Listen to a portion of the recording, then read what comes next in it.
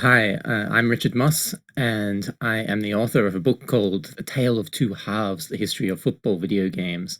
And this is the SEGA Lounge.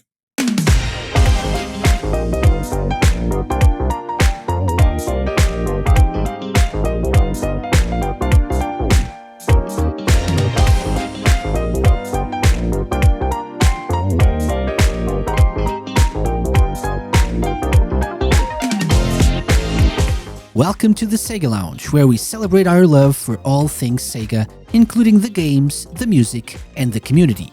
I'm your host, KC. Join me as I talk to different guests and learn more about their projects and passion for SEGA. Hello and welcome to episode 240 of the SEGA Lounge. I'm KC. Thank you for joining me for another episode of the show. Hope you're doing well. Hope you've been playing some Sega games and enjoying yourself.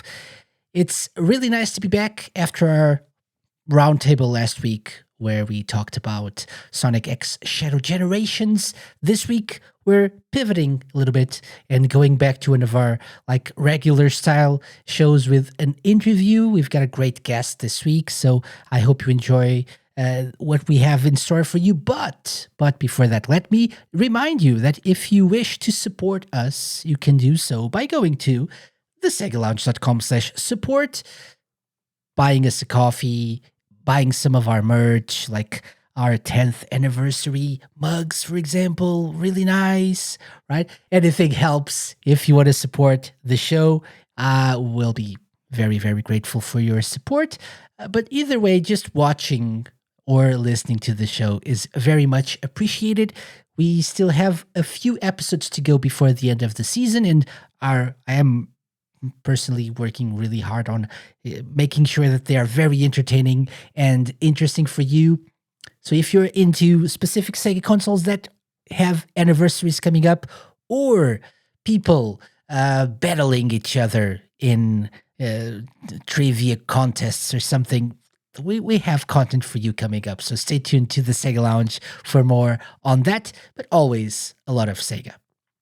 And now, let's talk about this week's special guest.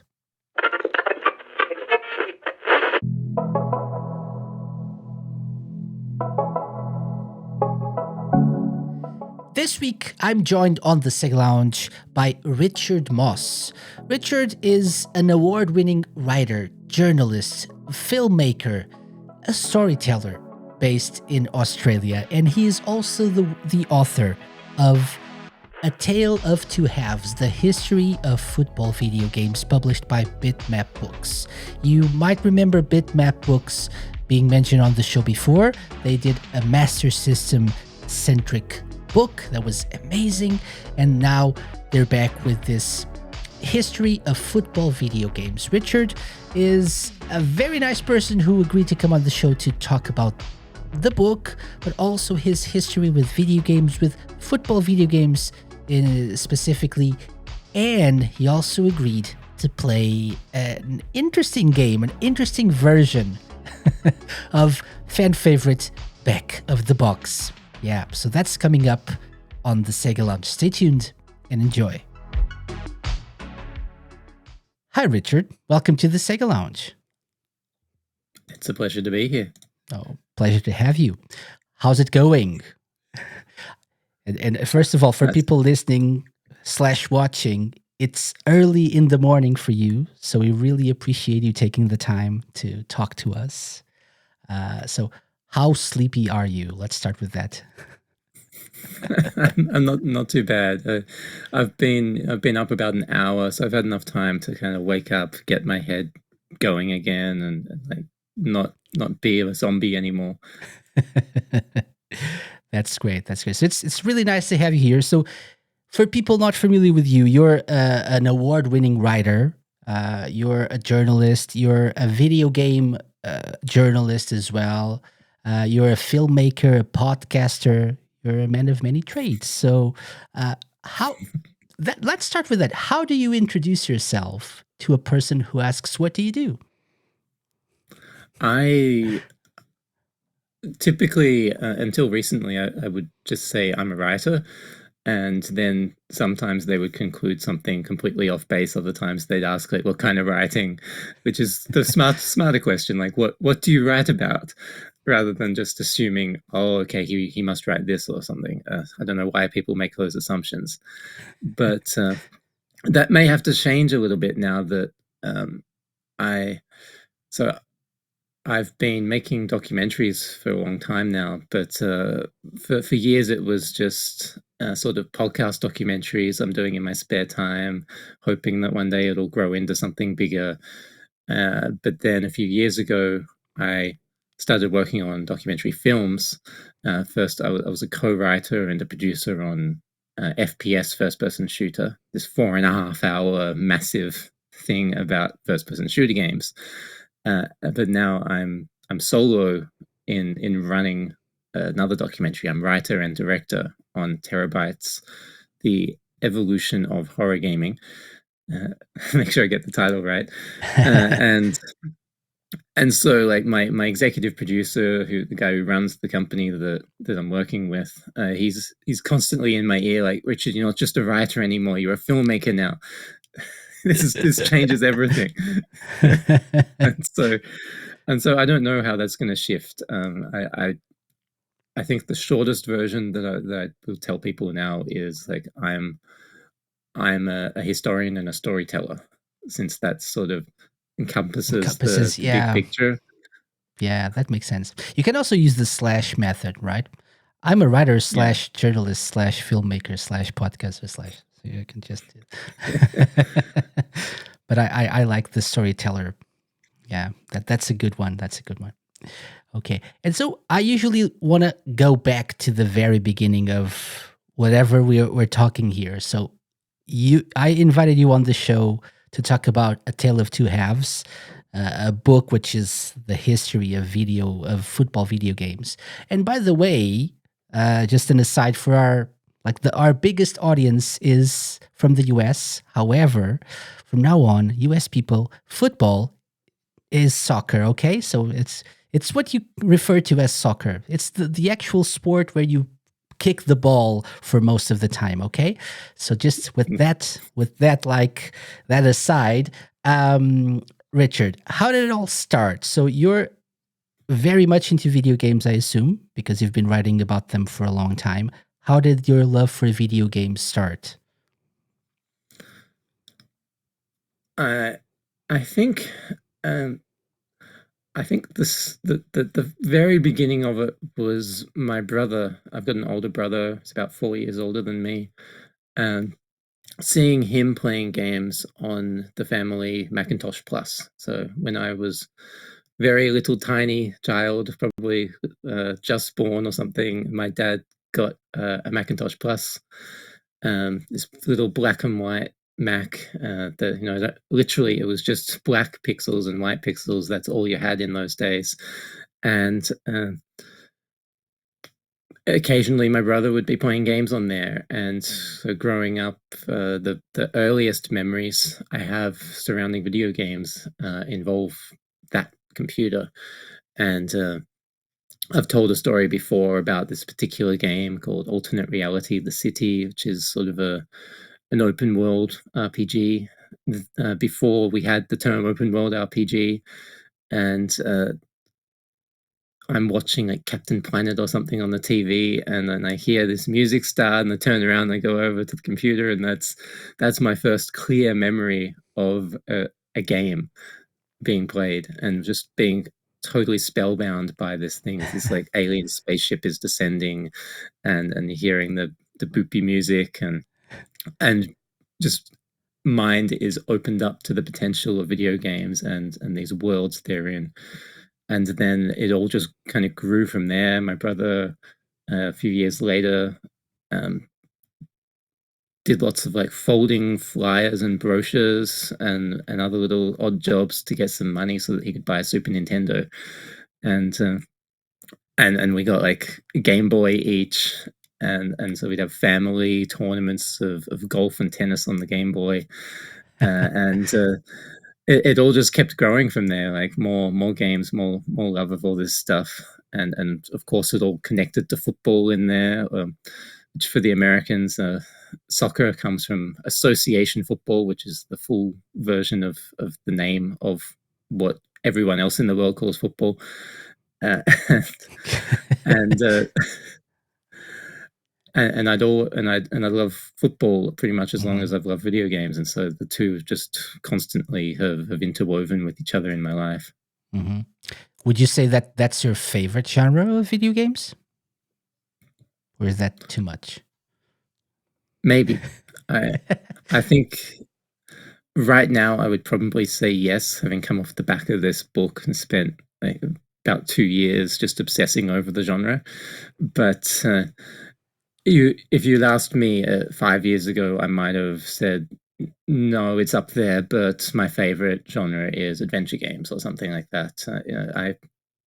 I think it's an answer that would shift depending on like the mood I'm in and where I'm at in my life at the time you ask. Okay, that's fair. So that means you didn't like get sick and tired of football video games after researching for this book, right?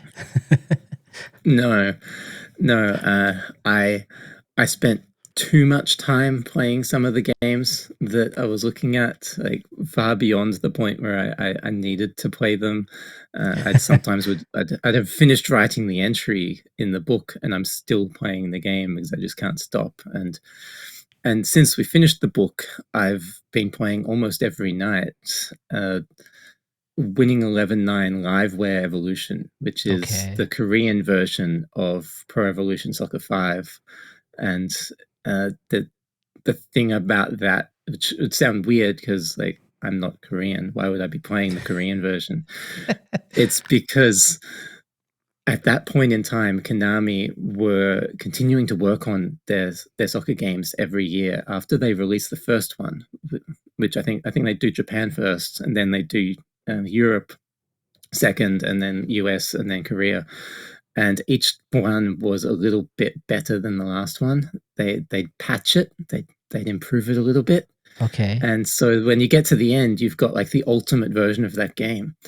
And it doesn't matter that the commentators are talking in Korean because the English commentary is terrible. So, and so you just need a translation patch so you can understand the menus, and bam, you've got a really good game. It's Pro Evo 5 perfected, and Okay. that for me is one of the greatest football games of all time. So I've been playing that nearly every night for 3 or 4 months now. Excellent. Excellent. That's great. So that means that people who buy the book and read it will probably feel the urge to play a football game, at least one of the football games mentioned in the game, for months after they finish the book, right? I Let's hope say so. yes. Yeah, Yes. yeah. That's the goal. Especially if you like football games, you'll find Mhm. something in there that can become your new obsession. Okay, yeah.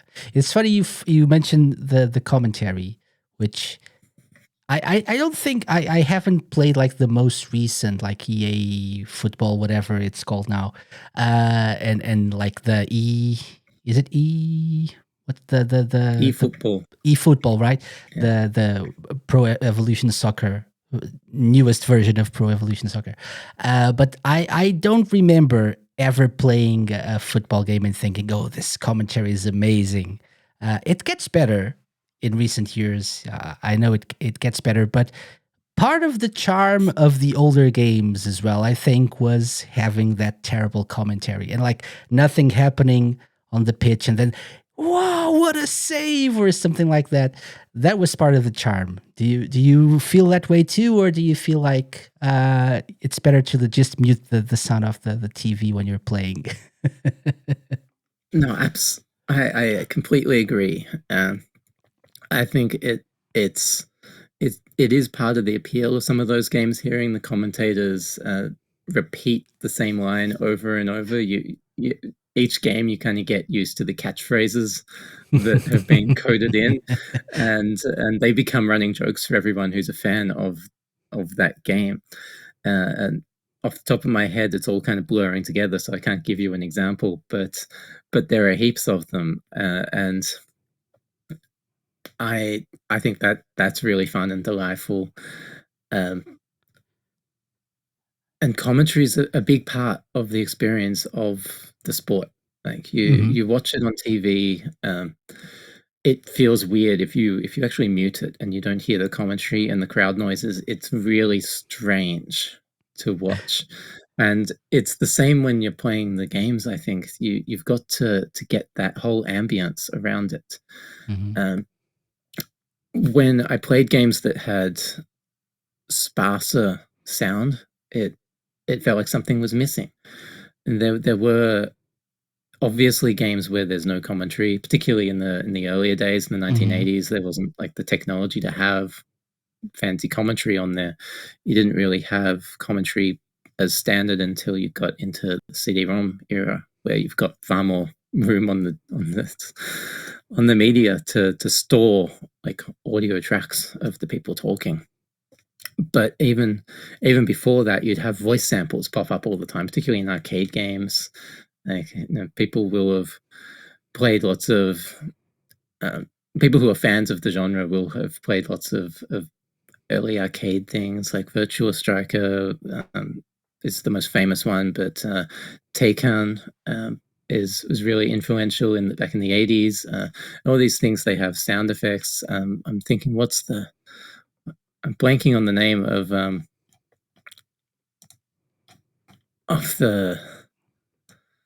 the crazy one with the fat referee. But you have you know, you have often the super sidekicks. Yeah, Yeah. you have often individual voice samples pop up. Hmm. Like you'll have a commentator going "Go" when you score in Yeah. the arcade, Exactly. and that's part of the appeal. You're totally right there. That it's what makes it really fun, and most often the commentary That's does a suck. memory as well. I think for me, like going to an arcade and hearing somewhere in the distance, "Oh," and oh, there's a football game somewhere. It could be Virtua Striker or something else, but there's something, or it's just like one of those like machines where you have like a real ball and you have to kick the ball, the and see how far you would kick it. So that's part of the whole memory of going to an arcade as well back in the day. So that's fun. Yeah, you unlocked a memory here. Yeah, thank you for that. Good. And speaking of memories, what is the first football game you ever remember playing? I it's mixed up Okay. in my mind. I don't remember clearly what's what. So I have a very early memory of going to the house of like a family friend and seeing something on what might have been a Master System or a Mega Drive. I'm not sure. In my memory, it's the first version of FIFA, but it might have actually been an earlier game than that. Um, so I don't know what that was. Uh, it was it was definitely one of the side-scrolling soccer games from the early '90s. So it might be that, Okay. uh, but I'm not sure how old I was when that happened. Or it might have been something on a computer. Or it could have even been that I was exposed to kickoff or sensible soccer like through my brother, like a friend of his having an Amiga. I know that they did, so I don't know for sure, but I know that I have flashes of memories early on Mhm. when I was a young kid of different football games that are all sort of blurred in my mind. The first thing that is really totally concrete um, would probably be Premier Manager 2 on my brother's laptop. So he got a like a grayscale Toshiba machine. It was like 4 or 8 shades of gray, uh, and uh, and it was like 1994 maybe, and he got Premier Manager 2, this soccer management game, fantastic game, and I was totally into that, and then Championship Manager '93 soon after, and Manchester United Europe, which is called Micro Sports. It's some weird name. I've got the box somewhere behind me. Micro Action Sports League, Micros League, something like that, uh, is the name it had over here in Australia. Mhm. Um, those three games are the three that are the concrete early memories of playing soccer. Okay, okay. My first one, I know for sure which one it was, because my first console, I think my first console. Let's say it like that, because I do remember some sort of like Atari something when I was very very little. That probably was my first system. But the first one that I really truly remember was the Mega Drive, and it came packed in with Sonic One and Mega Games One, which included World Cup Italia '90. So Mhm. um, goal! There was like this very poorly digitized voice saying "go" in a very probably Japanese accent. I don't know. And that was my first football game for sure. But I do remember, and I was thinking about this and thinking about this interview with you. I remembered something that I hadn't thought about in many, many years, which is my first like football management sim, which was a game that I don't think it's included in this in your book, which is Foot. So Foot was like a very like homebrew project for the ZX Spectrum by a Portuguese guy.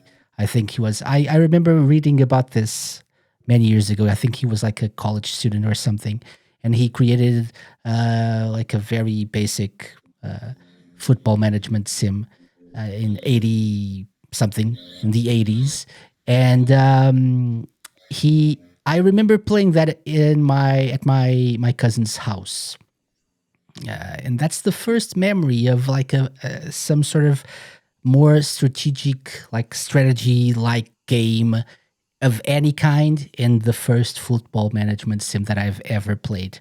Before like the championship managers and the football managers and stuff, that was the first one. So yeah, and that was another memory that I unlocked because of this show. So thank you for that, Richard.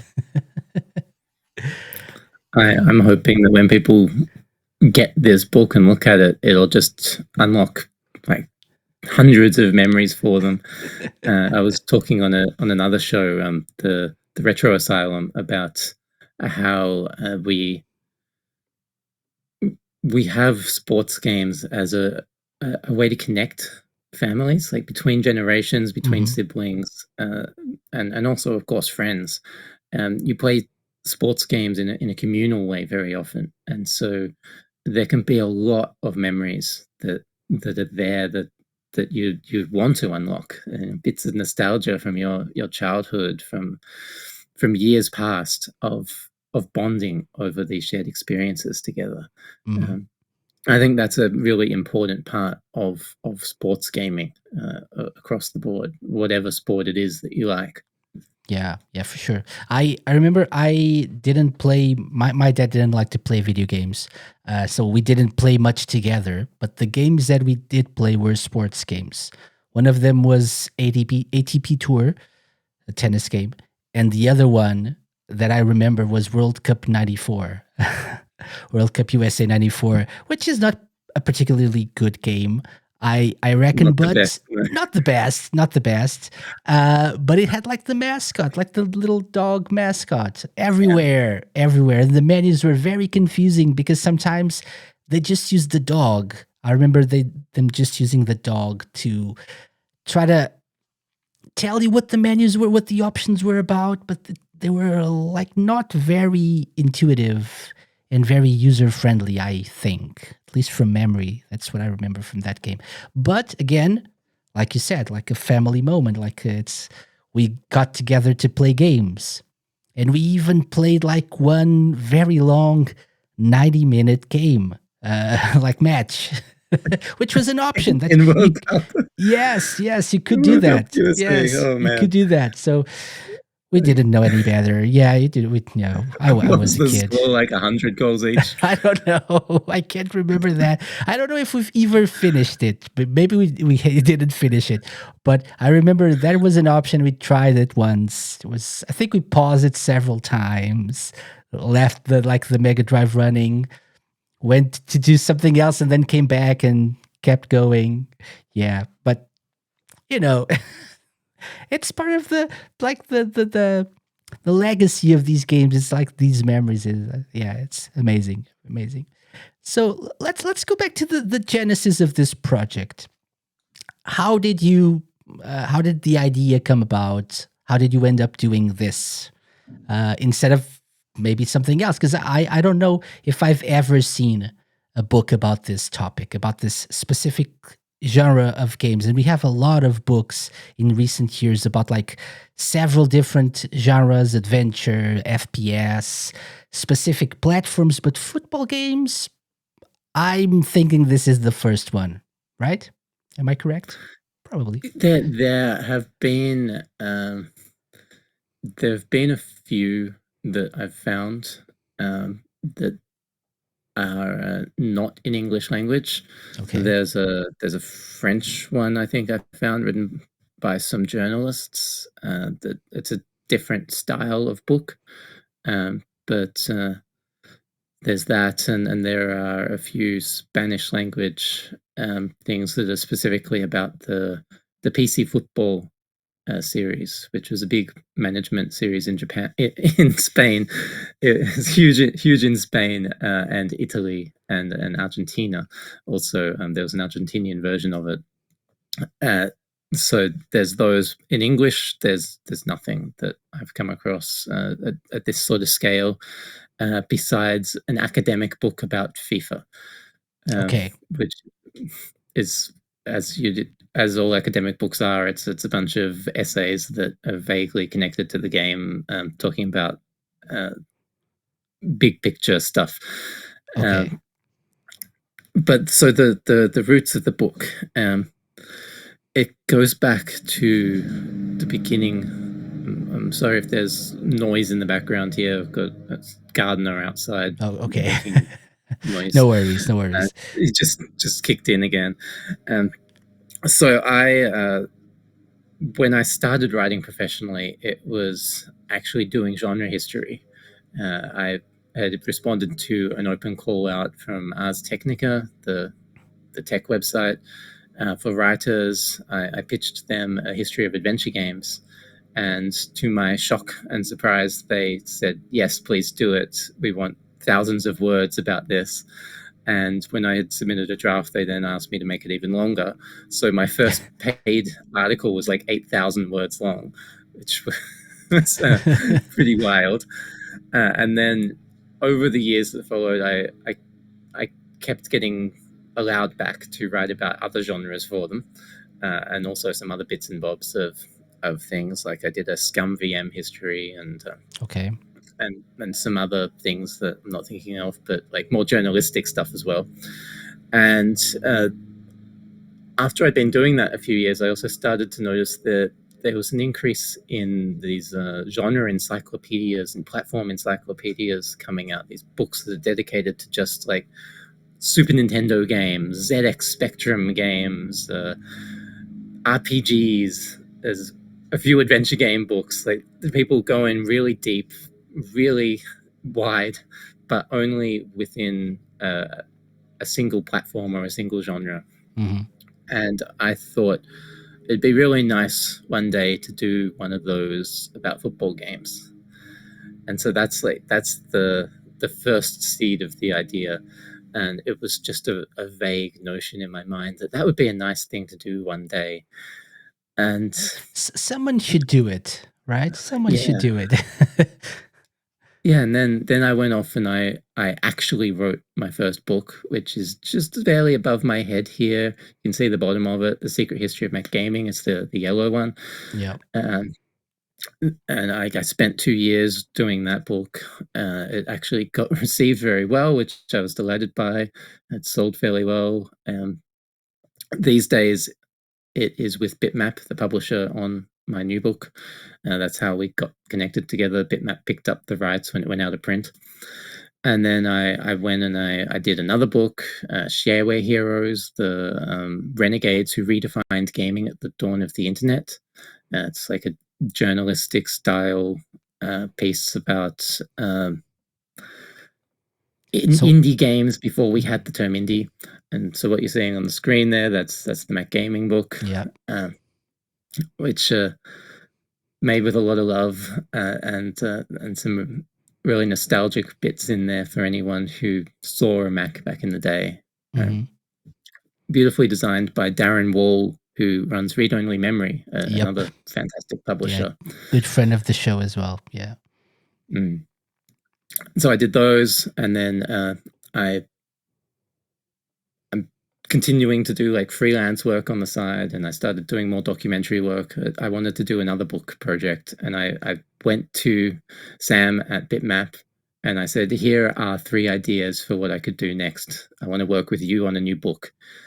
And this was one of the three. And he he loves football games too. It's his favorite genre, and so he said, yes, let's do that one. And here we are, Hmm. two 2+ years later. I don't even remember when it was exactly that we first talked about it. Hmm. Hmm. Okay. And did the idea evolve in that time in regards to what kind, how to cover this? Because you could Yeah, go, you could have chosen to go like, let's focus on a specific series, like the FIFA series, or on a specific time period, like mm, the maybe 8-bit to 16-bit time generations or something. Uh, but you went a slightly different route, and you cover a mm, lot of like a long period yeah, of time here, and different genres within the genre of football video games, right?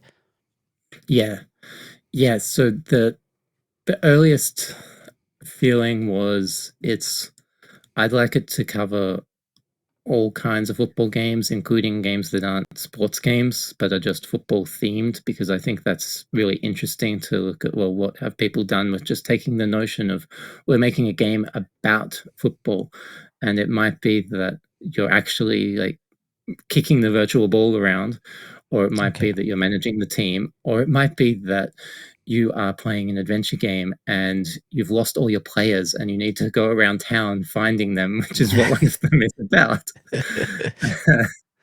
And you've actually accidentally destroyed the kit and stuff. There's fun games like that. There's platformers. There's actually a few Mhm. platformers where you've got just this side-scrolling thing, and you jump up and down. It's like any Mario or Sonic game, but you've got With the a football.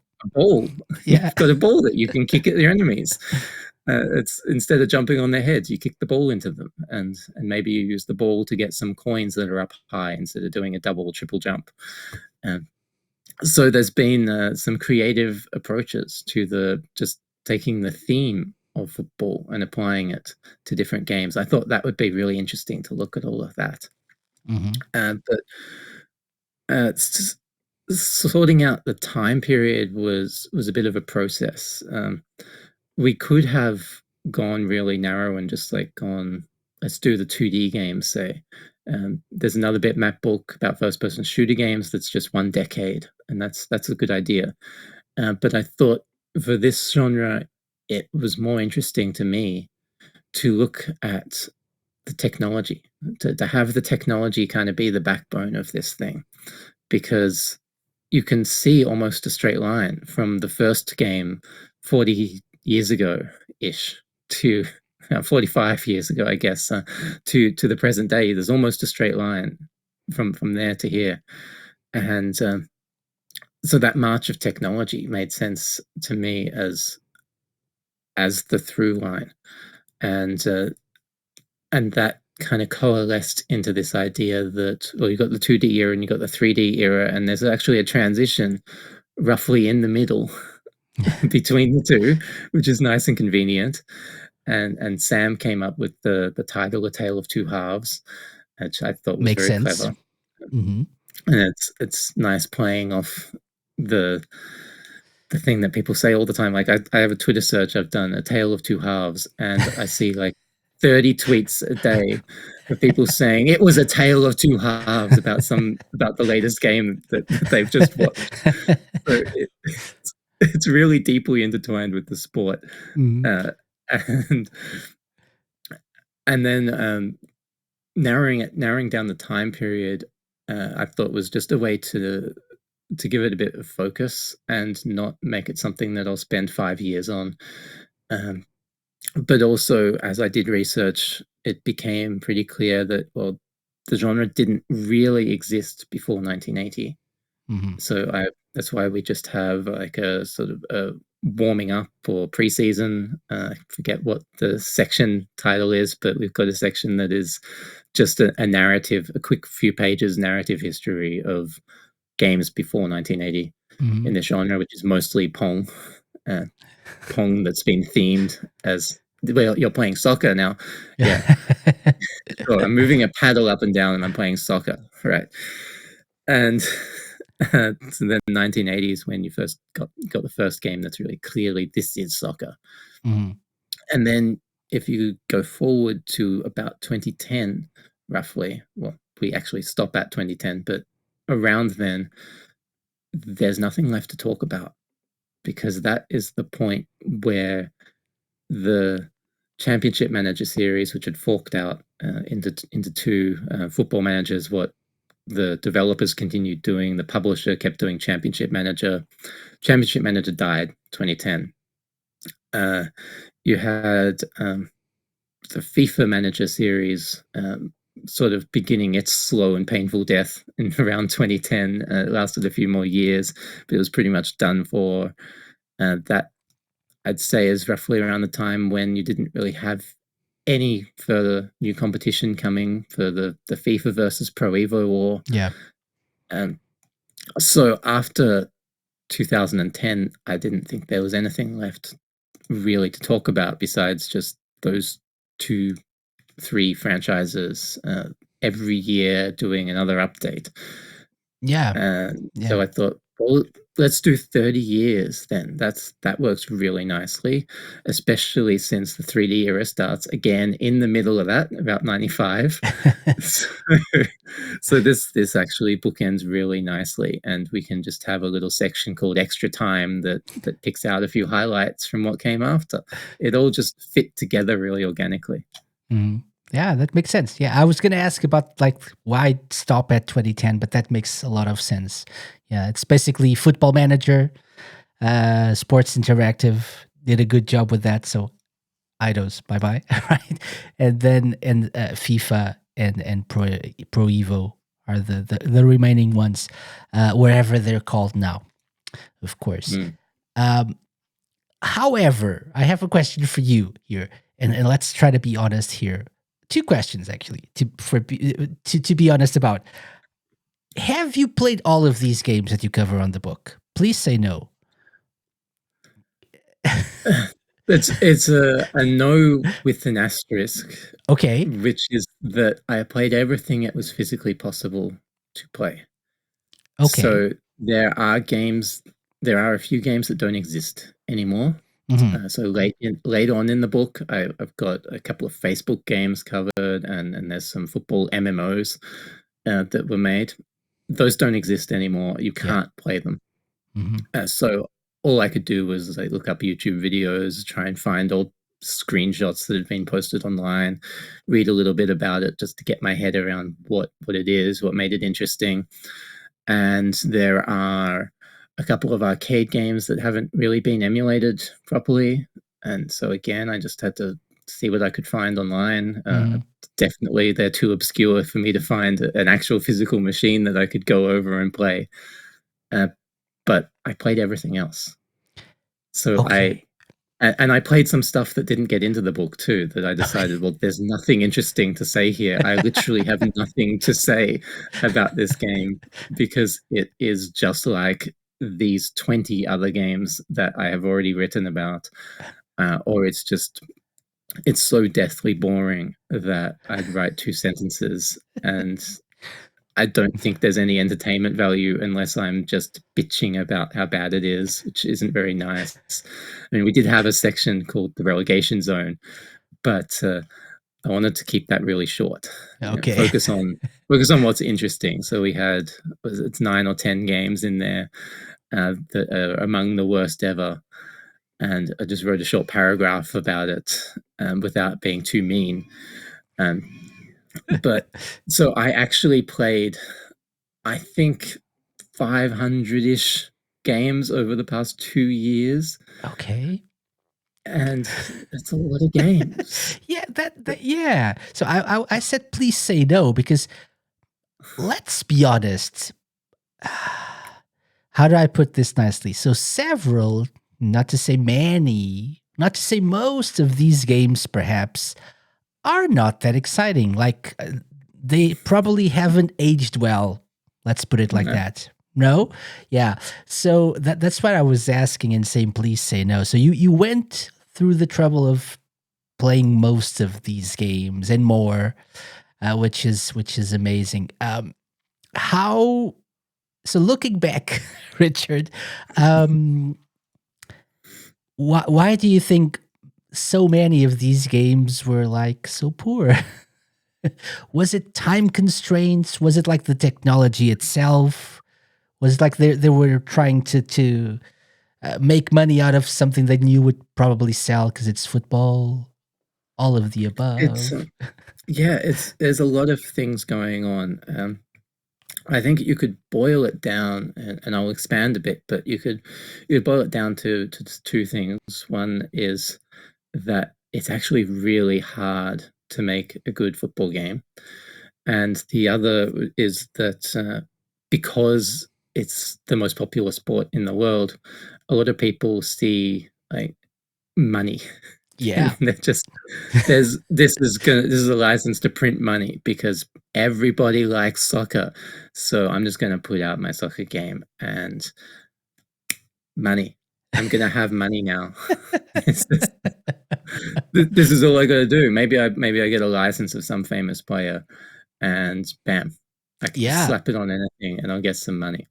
Yeah. There aren't. I don't think there are really that many games that are that cynical, but there are a lot of games that clearly were not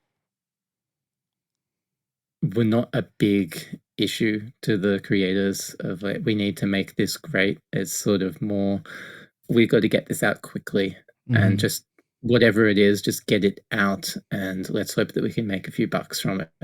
Uh, get in there while we can, while there's a trend or something. Especially with tournament games, they're often done quite fast, and it's purely for the license. Yeah.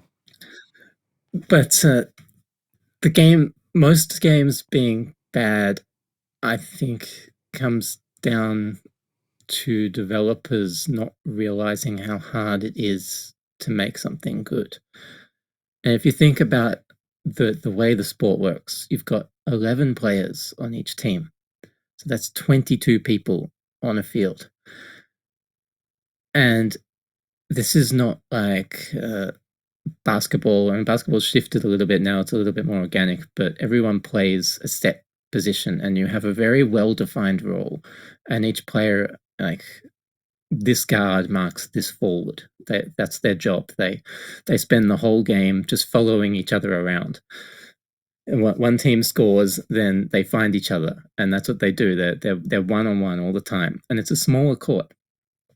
You you look at American football, and it's all about the plays. It's kind of stop start, and you stop the game, you set up your play, you run the play, you stop again, and again everyone has really well defined roles. You have soccer, there's positions, but people don't It's put more that much dynamic, thought right? position. So you'll have like your left back, yeah, the left-sided defender. They might decide they want to go forward. They run down the field. Well, they've left a gap behind them. So then when the ball is lost, somebody has to go over and cover their position. So then your central defender or your left midfielder, or even a central midfielder, someone's going to shift position and temporarily take their place and play their role, mark their man, and do whatever's necessary to plug the gap. And then someone else will take the position that person has then left unoccupied, and so the whole team can kind of shift. And at its most dynamic form, that becomes what's called total football, where you Hmm. don't really have positions anymore, and it's just all completely dynamic. You all just flow in this beautiful way. It's one of the hardest forms of football to play, but it's absolutely beautiful to watch. Yeah. And so, even in its basic level, you've got a lot of complexity there. And because people can do any kind of thing, and people sort of have zonal zones that they mark as well. Zonal defending is more common than man to Then man. man defending. Yeah. So, yeah, and so if, say, someone runs through the middle of the field with the ball, then their man might decide at some point, I'm not going to keep chasing him anymore. Particularly if it's a defensive player decides I'm going to go charging forward now for some reason. I think I can make something happen. The forward of the other team is not going to keep following them. Hmm. Forwards are lazy. They want to stay forward in case the ball comes and they can get a counter attack going. So they'll stop. But then who's going to take over chasing this guy? Um, and if you create the zones too tightly, and this happens in a lot of games, if you look at them, you can run right through the middle of the field, and all the players just turn and watch you. It's because the programmers have coded in these really strict zones, Hmm. and nobody has taken assignment of that. Oh, I need to go and get the ball. And then when you get into the 3D era, there's a bit more effort getting put into, okay, we need to be realistic. We need to figure this out. But then it still doesn't work properly, because you can create algorithms for deciding, well, what am I going to do when I'm defending as an AI player? You can't always, as the human player, you can't always take over everybody and do it. Sometimes you need some help from your AI to do the job. And so the AI controlled players, they will kind of be always assessing the situation, and they'll have some predefined ideal position Hmm. that's kind of being coded in mathematically.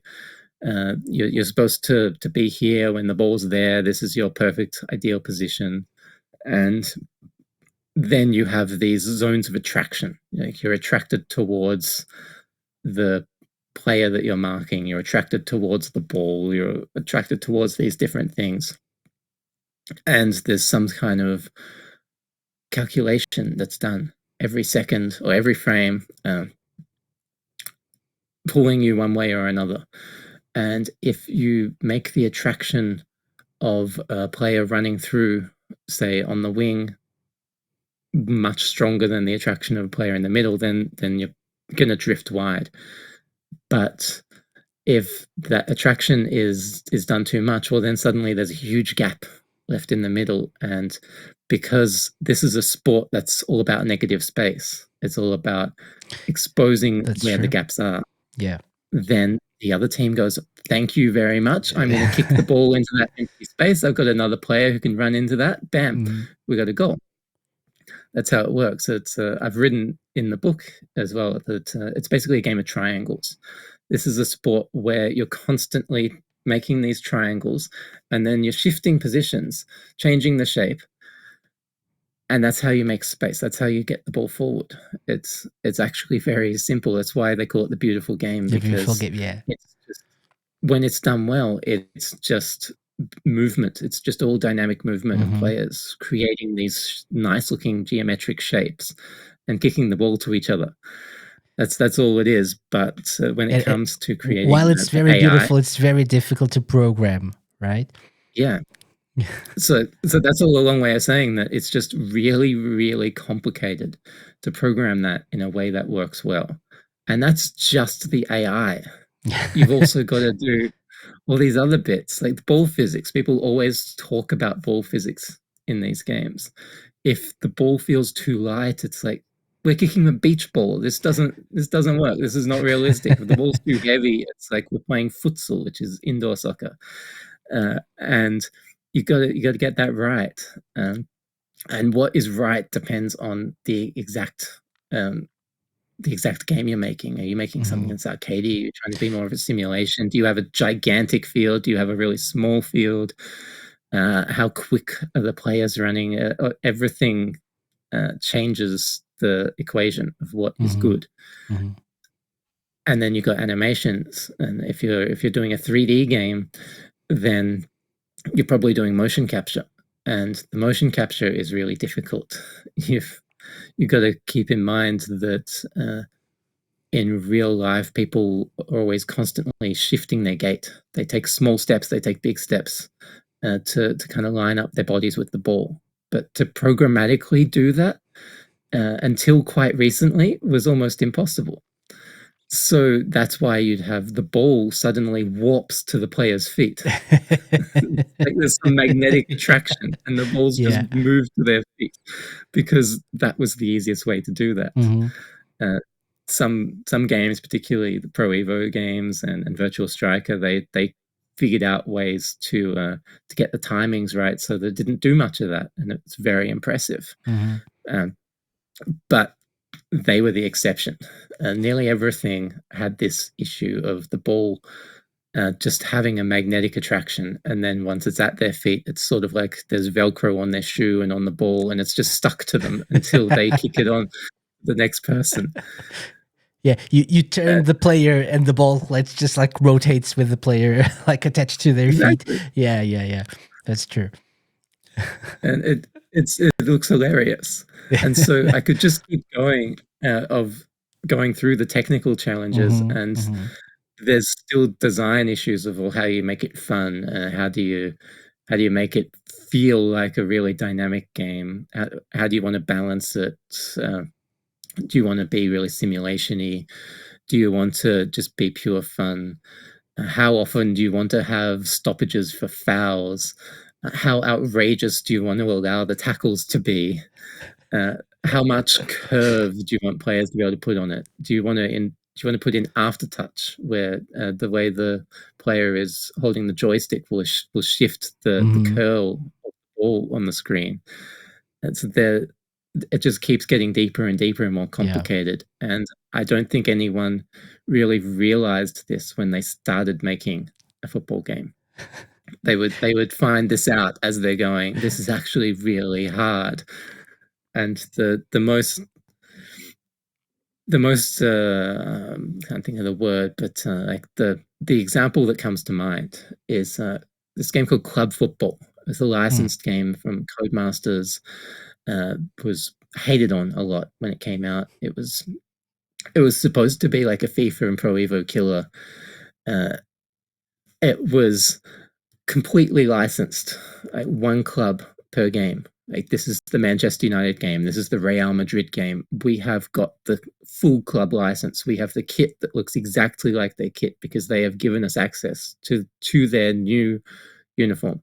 Like, for the Americans, the uniform that they've that they've before the season given Mhm. them access to that in a locked room. Here, you can take your pictures, do the models that you need, so that the players will look exactly like that. And we've given you access to every player, so every guy in the team has gone into this machine and had their body scanned so that they'll look exactly like the player in the game. And so it's all been licensed down to these really minute details.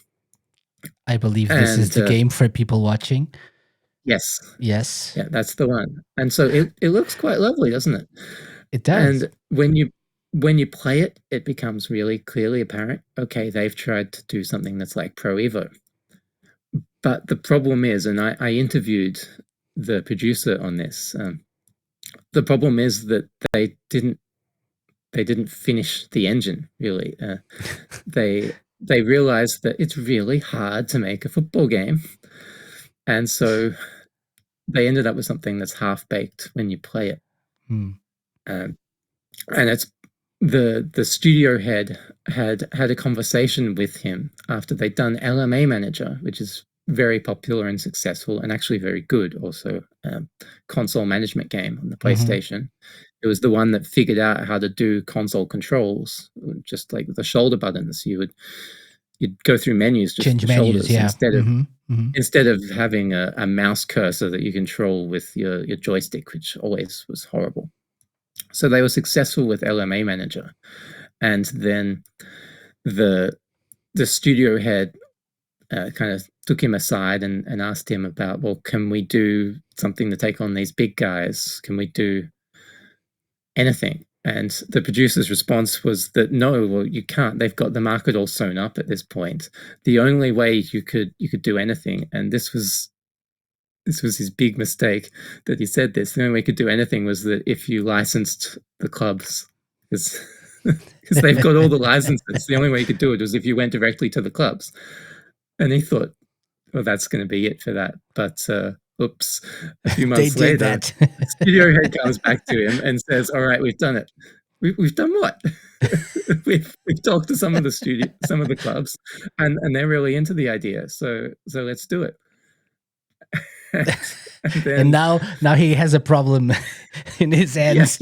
You need to create something. And he was still high on confidence, so he thought, oh, maybe I can pull this off.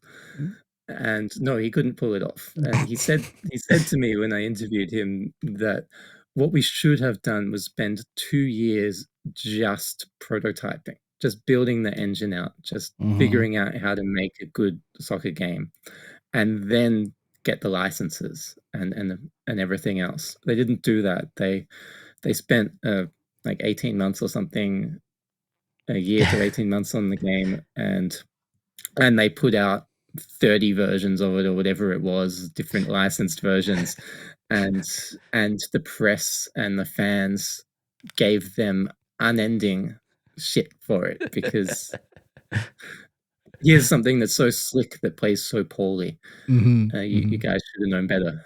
Yeah, visually appealing, but very poor gameplay, right?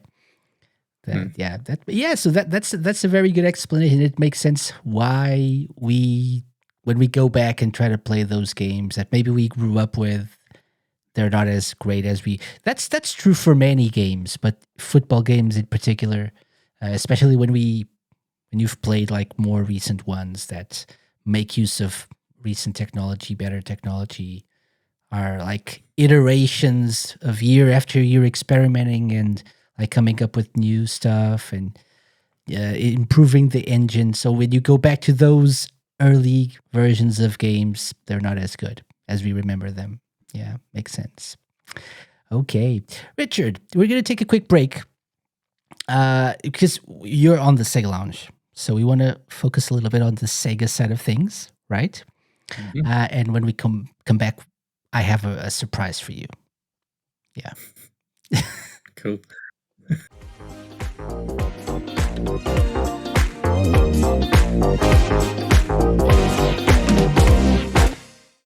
And we're back. We're here with Richard Moss, author of A Tale of Two Halves, The History of Football Video Games.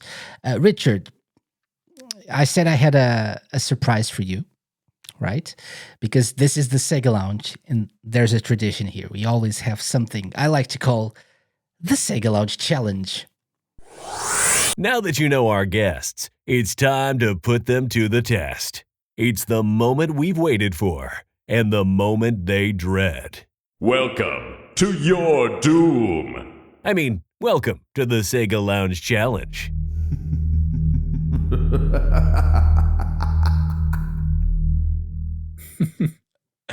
What is the SEGA Lounge Challenge? Well, this week, it's all about football/soccer, right? You wrote about a lot of games. You played a lot of games, even more. And I think you probably know them all by heart at this point. You can tell them they like blur into each other a lot. So what I decided to do this week, I have something that I sometimes do on the SEGA Lounge Challenge, which is called Back of the Box. Okay, so I go through the back of video game boxes and read the description, or a redacted version of the description of the back of the box, to my guests and see if they can identify the games. So I have 10 descriptions, beautiful beautifully written descriptions of football games, either Sega games developed or published or released on Sega systems. And so, if I read you the descriptions, do you think you can you can find out which game I'm talking about? I can try.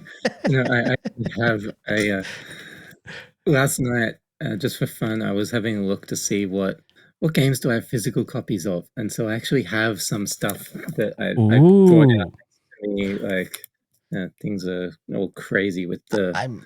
camera glare, but like there's FIFA on the Mega Drive. This Let me is change angle. That's a better. bootleg game. I got this Okay. bootleg Football that's Argentino. based on FIFA 95. Was a bootleg only out in South America. I got like Oh, Premier Manager. Like there's heaps of get to so yeah, much yeah, glare. yeah. Yeah, Premier Manager so 97. I got this whole stack of them. Pull out this one. This is my favorite from the. Oh, There it is. This is my favorite from the era. I think Ultimate Soccer. This is great fun. Really, really fast paced.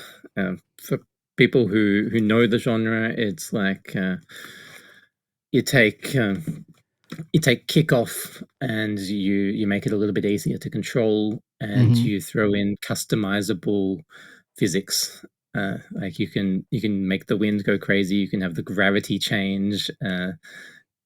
You can shift how close the ball controls. Like, do you want it to be really tight, like one of those games where it's glued to you, or do you want it to be super loose, like it is in mm-hmm. kickoff, and anyone can just come across and nick the ball from you at any moment?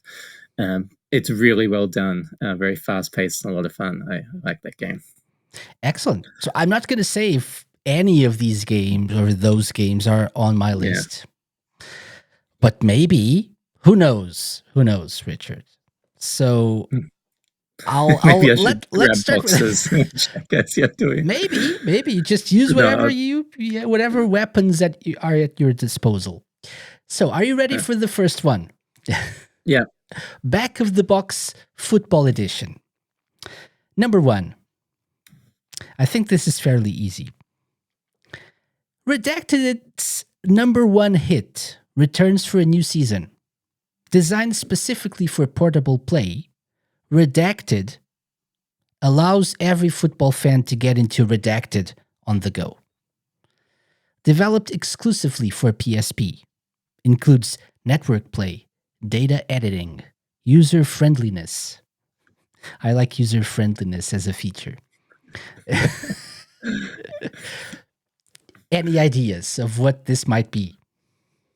it sounds rather like it would be a FIFA soccer, of which there were many actually on the PSP.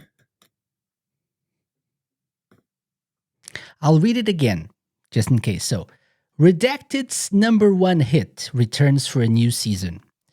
Designed specifically for portable play, Redacted allows every football fan to get into Redacted on the go. Developed exclusively for PSP, includes network play, data editing, and user friendliness.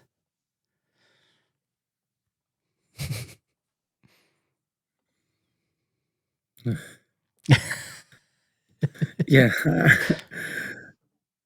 I'll give you an extra clue I, because this is so very broad. So it's something 2007.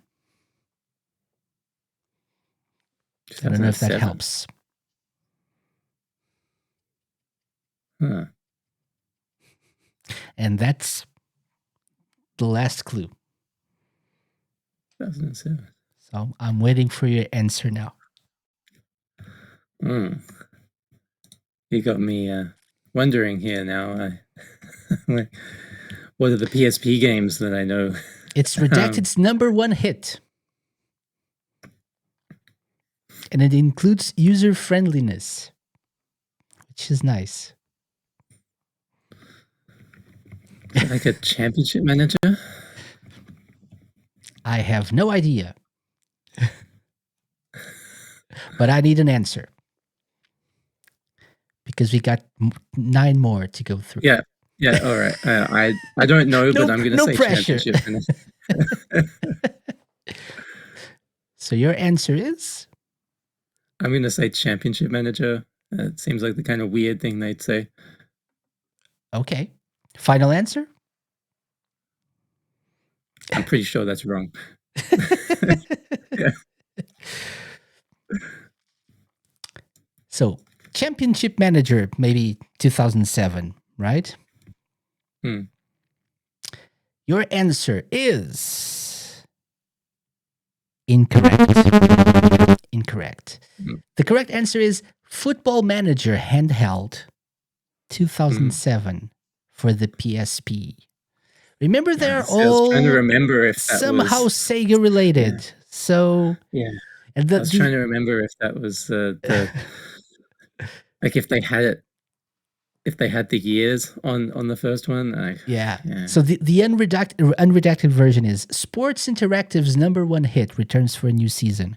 Designed specifically for portable play, Football Manager handheld 2007 allows every football fan to get into Football Manager on the go. That's it. Okay, so no points for this one. Let's see if we can get this next one, which is number 2. Ready? This one has to be this is in all caps. Bring home the cup. Bring home the glory. Redacted, the latest installment in the popular Redacted arcade series, makes its debut on the Nintendo GameCube. With 64 international teams to choose from, this fast and furious paced game recreates the sport of soccer like never before. I'm guessing that would be Virtua Striker 2002.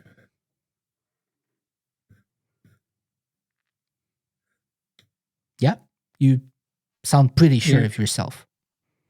Yeah, I think that sounded very much like it. I don't think I've ever seen the back of the box for that, but that's what it sounds like to me. So all of these that I'm reading are from the UK/PAL versions of the games. Yeah. So I find it interesting that they went with recreates the sport of soccer like never before. I think they Interesting. probably just didn't bother changing it for regions. Exactly. Yeah. So you said Virtua Striker 2002. Yeah.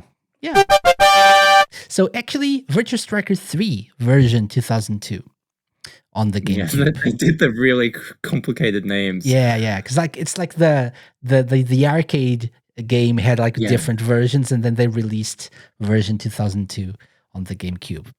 Good Yeah, job. there's version 2002 of 3, and then I think Virtual Striker 2 has like there's a version 1999, a version 2000. 2000. It's Yeah, weird naming that they did, but there weren't that many soccer games on the GameCube, it's updated. and I straight away knew that's got to be it. I can't think of any other arcade ports. Good job. Well done. So number 3. Ready? Yeah. No, you're not. The best just got better. Now featuring national leagues and teams, as well as the international teams of the original. Other all-new features include faster gameplay, new animations, and new stadiums. Commentary comes from Gary Bloom and Jack Charlton. Whether you choose to play an international cup or a club league, you can be sure that Redacted is champion. The best just got better.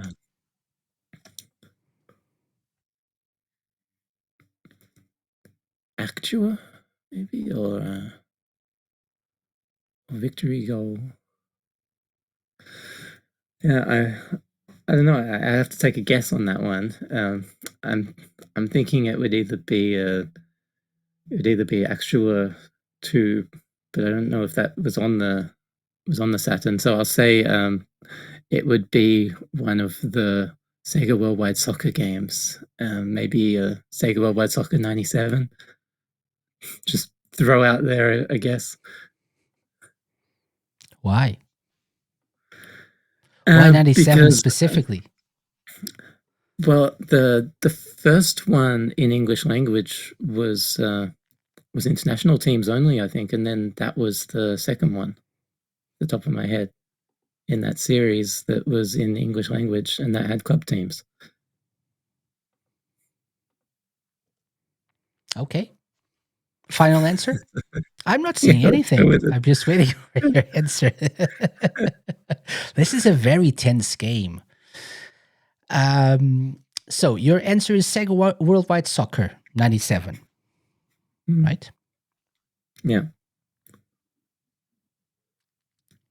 I'm torn, Richard. Because you just said everything right except for the title. So the answer is Sega Worldwide Soccer 98. Really, Because 97 97 didn't was the have first club one. teams? Yeah. No, because They they didn't, I don't think the 97 had it was like the year was just Sega Worldwide Soccer, I believe. no. I There's could be a wrong. yeah. There's a title. There's a name. There's a year on it. So Oh, there is. Yes, the you're right. first You're one, right. yeah, the first one was International International Victory Victory Goal, Goal. Yeah. Yeah. which was also called Sega Worldwide Soccer somewhere, Hmm. I think. And then they did 97, and I thought 97 was the one that brought in club teams, but I guess it was Was 98. 98. Very close, though. Very close. So this was Sega Worldwide Soccer 98 Saturn version. So, of course. Okay. Let's go with number 4. If you get this, I'll give you 5 points, 10 points either. So, incorporating state of the art visuals and animation, which is so realistic you'll be handing out the oranges at halftime. There are over 32 national teams and club teams from all the major leagues across Europe, so you can either challenge the World Championship or compete for title glory in a domestic league competition. Combine this with the ability to alter in-game strategy and tactics, create and edit your own team, complete with individual player creation features. This is the choice for any true football fan. This is the choice for any true football fan. The choice. If you consider yourself a true football fan, Richard, you'll know this game because it's the choice. Right, and it's something Sega related. It's something Sega related. Could it be more And Sega they related made, than this? and they made all the best soccer games outside of Virtual Striker, right? I am. I think I'll. Let me just check that's not UEFA Striker. So I am. I was thinking about maybe it being something later. Could it be like Virtual Pro Football, which was not a great game, but it tried to be. That's that's going to be my guess. I think that might be Okay. way off base, but I'll go with that one. Are you sure? let's put it You in. could be Otherwise, I'm just going to right. start looking stuff up. Okay, so your answer is? Virtual Pro Football. Okay. And you'll be surprised to know that it's the incorrect answer. Incorrect answer. The correct answer was a Dreamcast game called 90 Minutes Sega Championship Football. Developed by Smilebit, developer team of great pedigree, but this was not their finest hour. Not by a long shot. And it's a game that I think I've successfully mentioned like the 2 or 3 of the last 5 episodes of this show. Because I spent a lot of time customizing my teams in this very, very poor football game for the Dreamcast. It had a lot of potential, I think, but this was really, really bad. So, no points. No one would ever guess this, but this is the choice for any true football fan, Richard. So, for shame. I was right that it would be something late generation. Yeah. I just was the the wrong generation. Yeah. Okay, let's keep going. I think you'll get the next one. So number 5. Pressure. Yeah. Redacted kicks off against an international set of stars for the prized Redacted. To win, you'll move swiftly through the qualifying rounds onto the final tournament, where only the best are lined up for intense competition.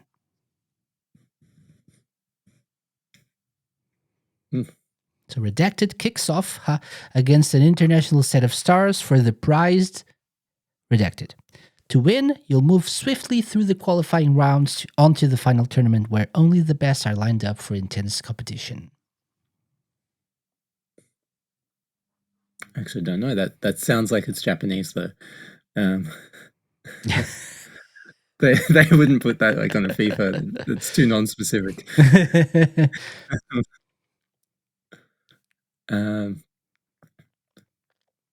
Might that be what I mentioned earlier? International victory goal.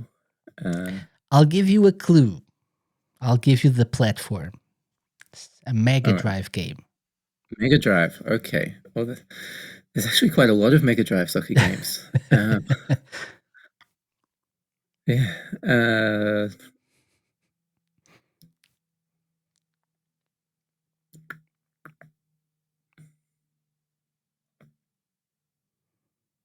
Which one could this be? Let me just check something here. Oh, geez, the writing is tiny. Okay, well, it's not that. Is it at in the least, back of any of those boxes? Version. No. Okay. It could be. If I go through all of these, there's quite a stack. I don't want to be too boring. I'm trying to think. Give it your best guess. What do you think this could be? This was released. This was released in the UK. Yeah, so it kicks off against an international set of stars for the prized Redacted. So I've redacted whatever the prized thing is. So it could be a clue. Or not. Hang on. That was on Mega Drive, right? World Cup 94. Is it World Cup 94? Is that your final answer? World Cup USA 94. Let's go with that. Let's go with that. Such good memories of playing that game. But no. Right. No. You were 4 years too late. World Cup Italia 90. Italia 90. Yeah. World Cup Italia 90 kicks off against an international set of stars for the prized World Cup.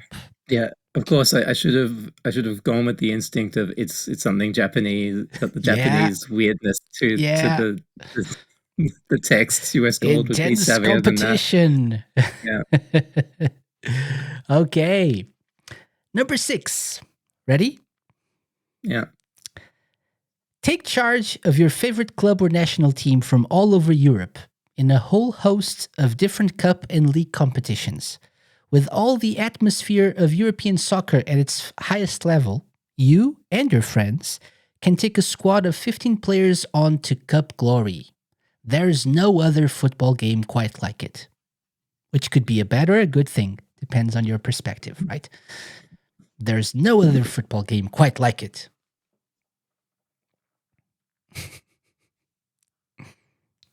Okay, Richard is now going through all the boxes on his desk. I'm just trying to find it. I had one that instantly came to mind, and which was? It's not what it's on my box. Okay. European club soccer on the Mega Drive. That's what came to my mind straight away. Good guess. But it's not what it says on my box. It's a good guess. So I'll be pretty devastated if that turns out to be the one and they just had different copy on different boxes.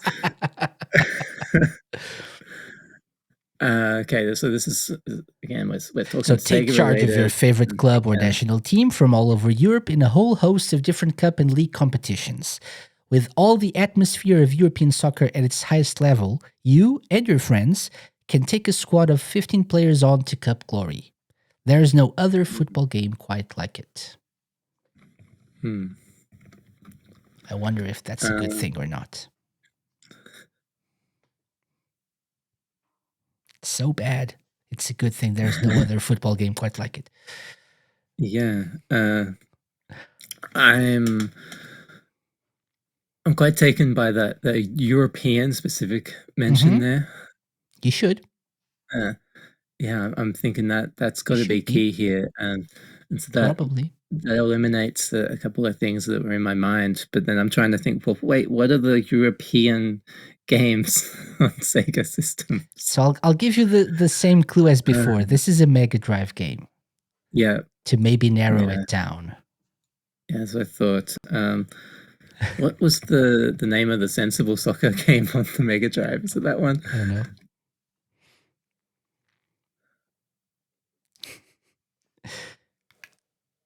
They call it. Is it like European Champions? That was the game on the Mega Drive, wasn't it? Maybe. Could have been. Who knows at this point? I'm checking the titles here, trying not to cheat and look up the actual descriptions. Just trying to get the names of the games. So what's your answer? What's your guess? Is it Sensible Soccer European Champions? Final answer? Yeah.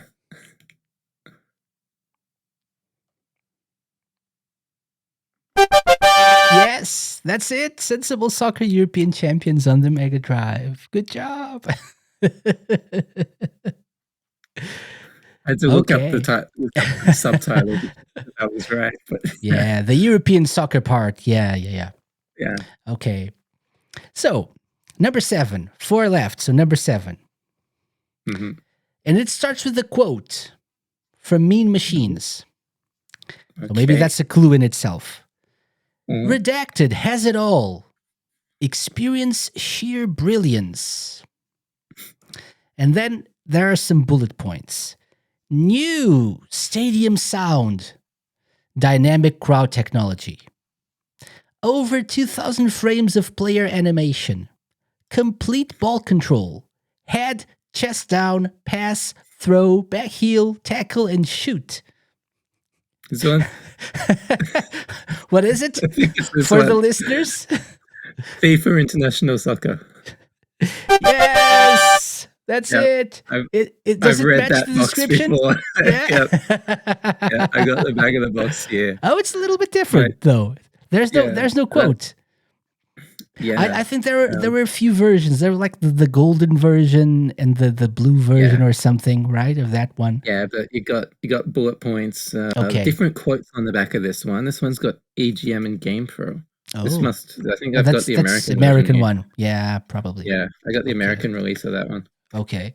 But you can head, chest down, pass, throw, back heel, tackle, and shoot the ball. Amazing. Yeah. You know, just a fun trivia note there. I've got. I can't quite see it. Somewhere back behind me, I've got a copy of Commodore International Soccer. It's from 1983, I think, 84 maybe. So it was Commodore 64 game, and on the back of the box, it is really proud of the fact that you can head the ball and you have throw-ins. Which was amazing at Your the time, guys would right? do that, and you can head the ball, and these were the big features of a soccer game in the mid 1980s. That's what you got to get excited about this stuff. You've got throw-ins, you can hit the ball with your head. Yeah. Amazing. Yeah, And what they didn't realize is that actually you can keep the ball on your head and run the entire length of the field if you know what you're doing. You kind of flick it up if you manage to get the ball to flick up, and that's the cool thing that you can get the ball up in the air for the Euro. But you get it flicked up, and then if you time it just right, the ball will hit the head, and it'll just keep tapping the head as you run forward. So you can run the entire length of the field and just run it into the goal. Like It's brilliant. That's a bit. They advertised the wrong thing then. I see. I don't think they knew. Amazing. Okay, so let's go for the final three. Number 8. From the creator of Redacted, the best-selling series of football games, comes Redacted, a game so packed full of features and advanced gameplay, you'll still be at it when friends kick off the next World Cup. That's great. Yeah. I'm pretty sure I've got that back there, and I should read the back of that box because I like that. Football Manager 2005. Why?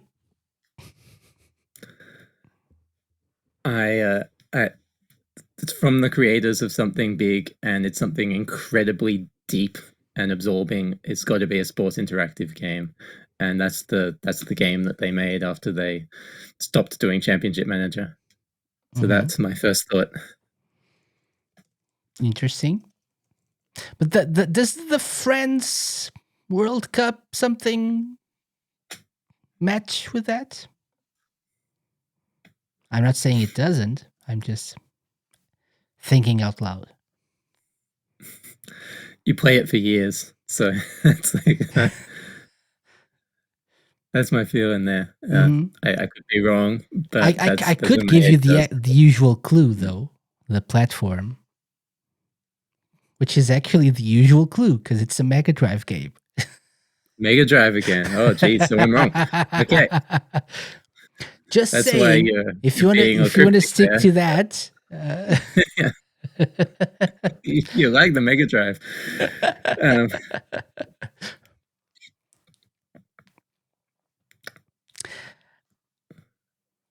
So the clue here, it's the creator of something, and that something is the best-selling series of football games.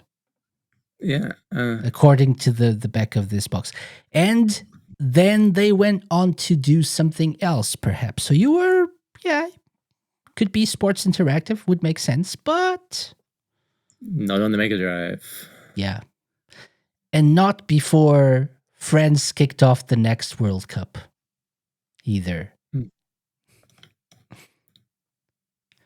Which would probably be like 4 years later at this point.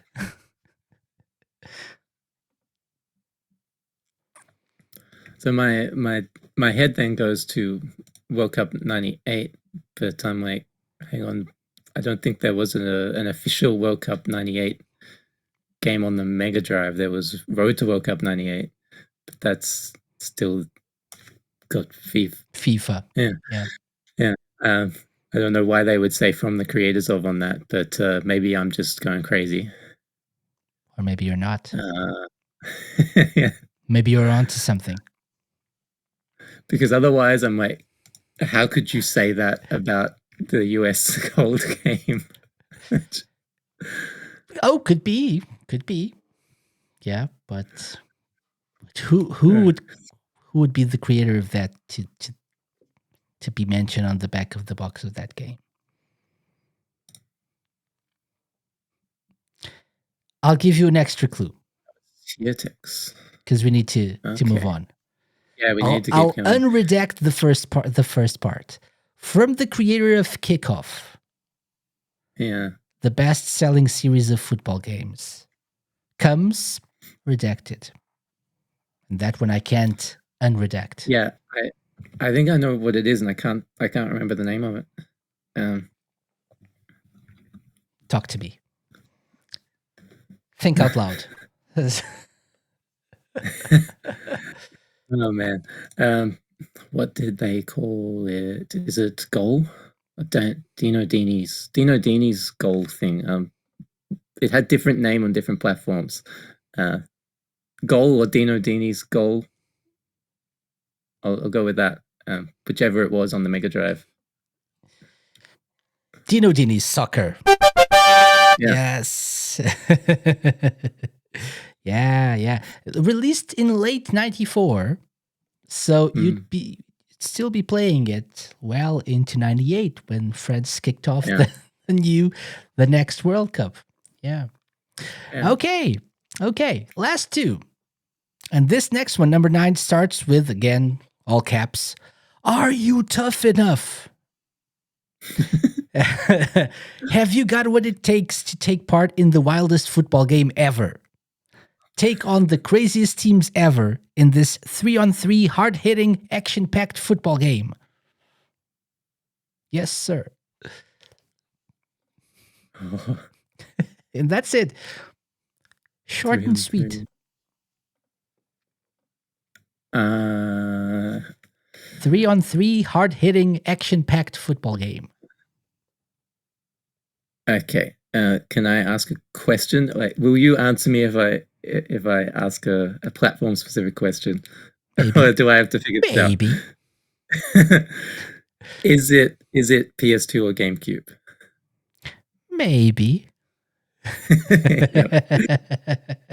Maybe you're onto something. It's the thing that comes into my mind first is Sega Soccer Slam, which is 2002. Which is a multi-platform game, right? Yeah. PS2, GameCube, Xbox. Yeah, and it's 3-on-3. So it's like it ticks those boxes. Unless you've gone for another one of those damn Mega Drive games, which there were It's a Mega Drive. No, it's not. It's not. It's Sega Soccer Slam. It's Sega Soccer Slam. Yes. That's it. Okay, last one. Game. Oh, funny. yeah. You got dudes in. It's not a bad game, I would say. I don't know. What do you reckon? It's got a lot of funny jokes. I think if you appreciate the humor, you'll love the game. If the humor just rolls off you'll hate the game. I think it all comes down to what you feel about like the Arsene Wenger look alike and sound alike, and the dude with the red hair and the Scottish kilt, and like every character is a caricature. It's like a parody, a person or a stereotype of someone, like someone from Scotland, or a particular kind of person. It's all caricatures and parodies, and it's very silly. So it depends on how that fits with you, and whether you can enjoy the game. So the gameplay itself is pretty fun, but it can get a little repetitive. Yeah, that's true. But I think it, like in short bursts, is like a fun game, like a fun party game as well. Maybe. It's so much fun if you play it for like an hour. But then if you try and do longer sessions, you might start to get a bit off it. Yeah, I agree. I like it. Yeah. Okay, last one. Not a Mega Drive game. All caps. Football as you've never seen it before. Bullet points. Lethally effective control system for fluid gameplay and spectacular goals. Stunning stadium and player detail, taking the game to a new level of realism. Advanced 3D engine and artificial intelligence combined to give an incredibly authentic playing environment. More. Use the visual memory unit to secretly change tactics during the match. Live commentary from Ron Atkinson and Jonathan Pierce. And that's it. That's a very long one. Yeah. There were a couple of clues here. What is it for the listeners? UEFA Striker. Are you sure? Yes. Does it say football as you've never seen it before? It does. So there we go. My copy is literally falling apart, so I try not to drop it. But I got it here. There's the back. Yeah, that's it. And the live commentary bit as and there's well. like pictures of the guys just Exactly. there, little Yeah. tiny photos of them. Excellent. So that's it. Very good job. Well done. UEFA Striker for the Dreamcast was this final one. Good job. Good job, Richard. This was probably the hardest ever edition of Back of the Box. And so They're all you, so similar. yeah, It's all about football, it's all so about it's like, football. yeah, Yeah, yeah. So you truly deserve the SEGA Lounge seal of approval, which I will send to you afterwards. Welcome. Good job. Good job. Not welcome. thank you. Thank you. Thank you. And good job. Thank you for being such a good sport and playing this game. This horrible, horrible game. Yeah.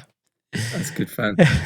Encourages me to read the back of all these boxes. So I think I've only done it like once for each game. It's like when I get the game, I read the back and then I put it aside. Yeah. I should read them all again. Some of them will be funny now that I've played everything. See? Yeah. Okay. So I don't want to keep you too long, Richard, but I just wanted to talk a little bit more about the game, about the book. So for people wanting to get the book, obviously they can go to Bitmap Books to the website, and you can see, if you're watching the video version, you can see the website here, which has a lot of detail about the book, has some pictures of it as well, beautifully designed and really well written book. What's your elevator pitch for people like on the fence about getting this or not, Richard? Just do it. I think if you have any interest in the video game rendition of this sport, then it's the book for you. You know, I've gone really deep, but kept everything accessible and tried to make it entertaining while also being insightful about the different games. I've gone really obscure, deep cuts. Got like there's some homebrew stuff in there. There's Polish games you've never heard of in there. So not to like single out Polish people, but like there's something I don't know how to pronounce. It's a penalty kick simulator. It's like Rzudikane. I'm sorry if I'm completely butchering that pronunciation, but there's that. There's a PSV Eindhoven Manager, which is like a homebrew freeware Amiga game from the late 90s. That's really funny. They've like pulled in Monty Python references, even weird, really weird, sort of Very specific. yeah. It's the postmodern football management game that you've been waiting for. They've got weird meta commentary going on. You've got all the big games, of course, in there, and I've tried to be insightful about what makes like Pro Evo great and why FIFA went through these kind of ups and downs of being good, being crap, being good again. We've gone into arcade games, gone into management games, got platformers in there, we've got adventure games, we've got bad games, we've got great games, we've got Pro Evo shirts that you would have seen if you're watching the video there, and I thought it would be fun to not tell you who the player is, so I've given a clue in the description of the caption, so you guess who it is, and then you can go online and look up who it actually is. I wanted to make it fun. We've got Tankona is a favorite of mine. Yeah. So there's lots of cool things. There's nice bespoke illustrations that are like recreating famous moments in football history. So there's a lot of fun stuff for fans of the game, like the actual beautiful game football, as well as fans of the genre football video games. So something for everyone, as long as everyone is people with an interest in the sport, whether virtual or real, and huge amount of love and care from both me and the team at Bitmap, who are football fans as well. Excellent.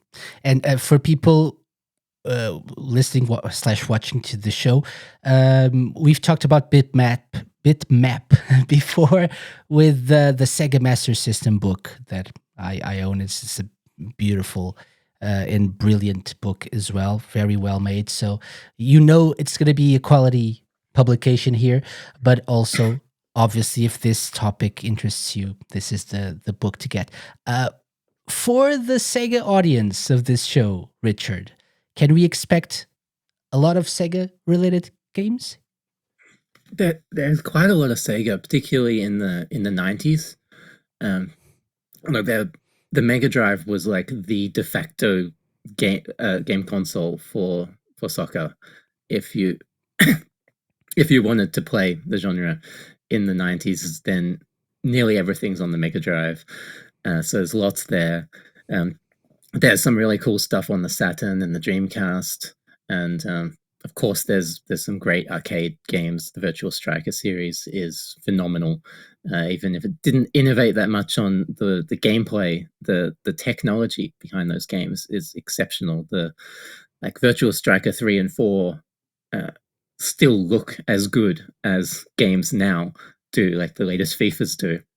So it's just phenomenal that, and you get some little Sega obscurities. There's some Japanese only games in there, um, and you get a few Sega games from after they stopped making hardware too, like Sega Soccer Slam. We talked about. I mentioned Virtua Pro Football earlier, which was their attempt to do something like Pro Evo. So there's lots of Sega bits, and of course, Football Manager is now a Sega published thing as well. So there's Sega kind of mixed all the way through the book. Yeah, for sure. You mentioned, I can't remember the name now, but there's, what is it? There's like a 1974 arcade, a Yeah. goal kick, right?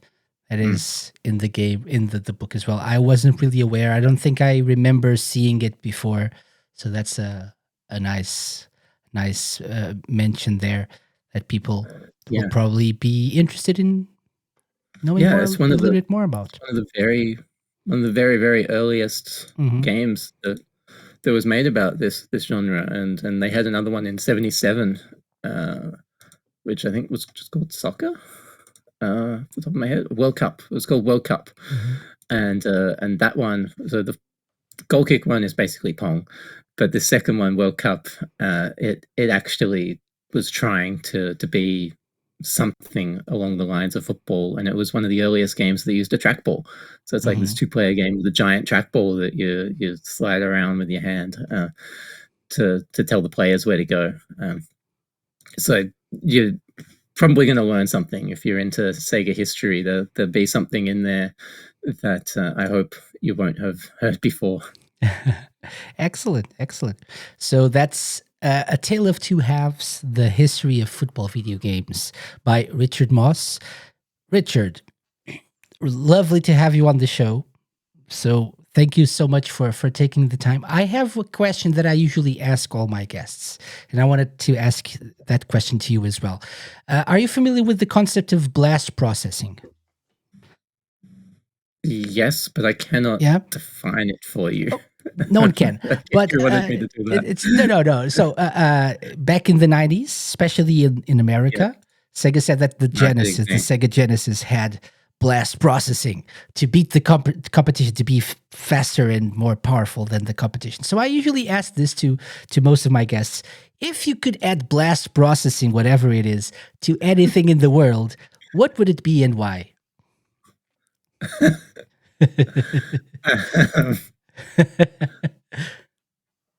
Geez, it's a good question. It's way out there. I'm sure you make nearly everyone stumble with that. Uh, What would benefit from being like even faster and more powerful? Toasters. Let's go toasters. Agreed. You can always get your bread faster. Exactly. Yeah.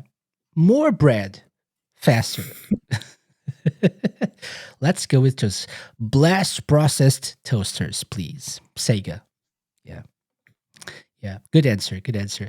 Where can people find you, Richard? Online, if people want to reach out, and keep up to date with your future projects and stuff. Yeah. I have like an announcements only newsletter thing that I can't tell you off the top of my head what the URL is. You'd have to search for it. Uh, but I have I'm on social media, all the text-based ones. I'm on Twitter/X. I'm at MossRC. That's MossRC. I'm on Blue Sky, same thing, MossRC. I'm on the Fediverse, Mastodon to most of you. social.mossrc.me/mossrc would get you there. I'm not really active on the Instas and stuff, but I might be at some point. I've been thinking about actually creating just for fun, an account that is purely about posting screenshots and videos and things, because I've got so much material, all about football games. Just another one of those fun accounts. There are a bunch of them. I thought that'd be fun, but I haven't set that up properly yet, so I won't. And I might not follow through on it, so I won't tell you an account name yet. So just I'm MossRC at all these places. I have a personal site that is perpetually under construction in a really boring white background that'll one day become something nice, which is mossrc.me. And yeah, you can find me in those places. Okay. And we'll link everything in the show notes so people can find you there as well. Thank you so much, Richard. Thank you for coming on the show, for taking the time to play my silly game, not the beautiful game, the silly game. And all the best for not just this game, but future projects as well. And anytime you want to come back on the show to talk about football games, please feel free to. Thank you. Thanks. This was fun.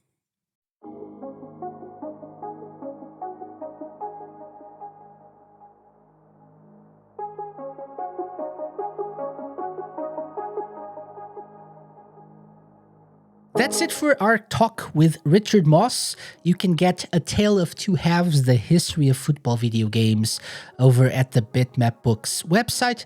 Links will be in the show notes. And also be sure to check out Richard's social networks and stay up to date with his future projects, including his horror game, a documentary that's coming up next year. Thank you very much for listening/watching to the SEGA Lounge this week. As I said at the beginning of this show, we have a lot of content still coming for the rest of the season. So if you're into SEGA and if you've been enjoying what we've been doing, feel free to follow us on your podcast app of choice, including, TerraPlayer, terraplayer.com. We've also been putting up video versions of the episodes on YouTube. So if you're watching there, thank you very much. Why not subscribe to the channel and get notified when we get new episodes or new videos, like clips of past episodes up. That's something that I've been planning on doing. Time is really limited these days, but I'll be sure to do that as the weeks and months go by. I'll definitely go back and post some shorter clips of previous episodes of the show for your viewing pleasure. And if you want to be teased at things that happened in past episodes of the show, well, I'll do that for you. Don't worry. Either way, thank you very much for watching or listening. I hope you have a wonderful week. Next week, we'll be back with another show, so be sure to come back and tune in to that. Until then, take care, stay safe, play some SEGA games. I'll be back then. Bye-bye.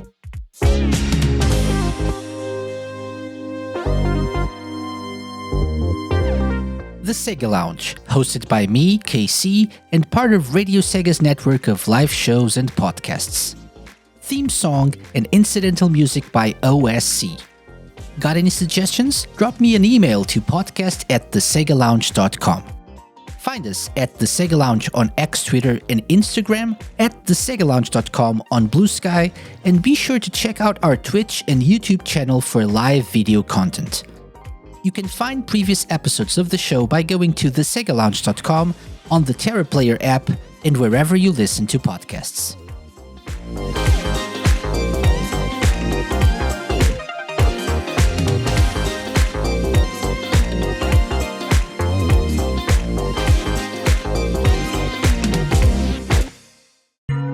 a Mixed on Productions podcast.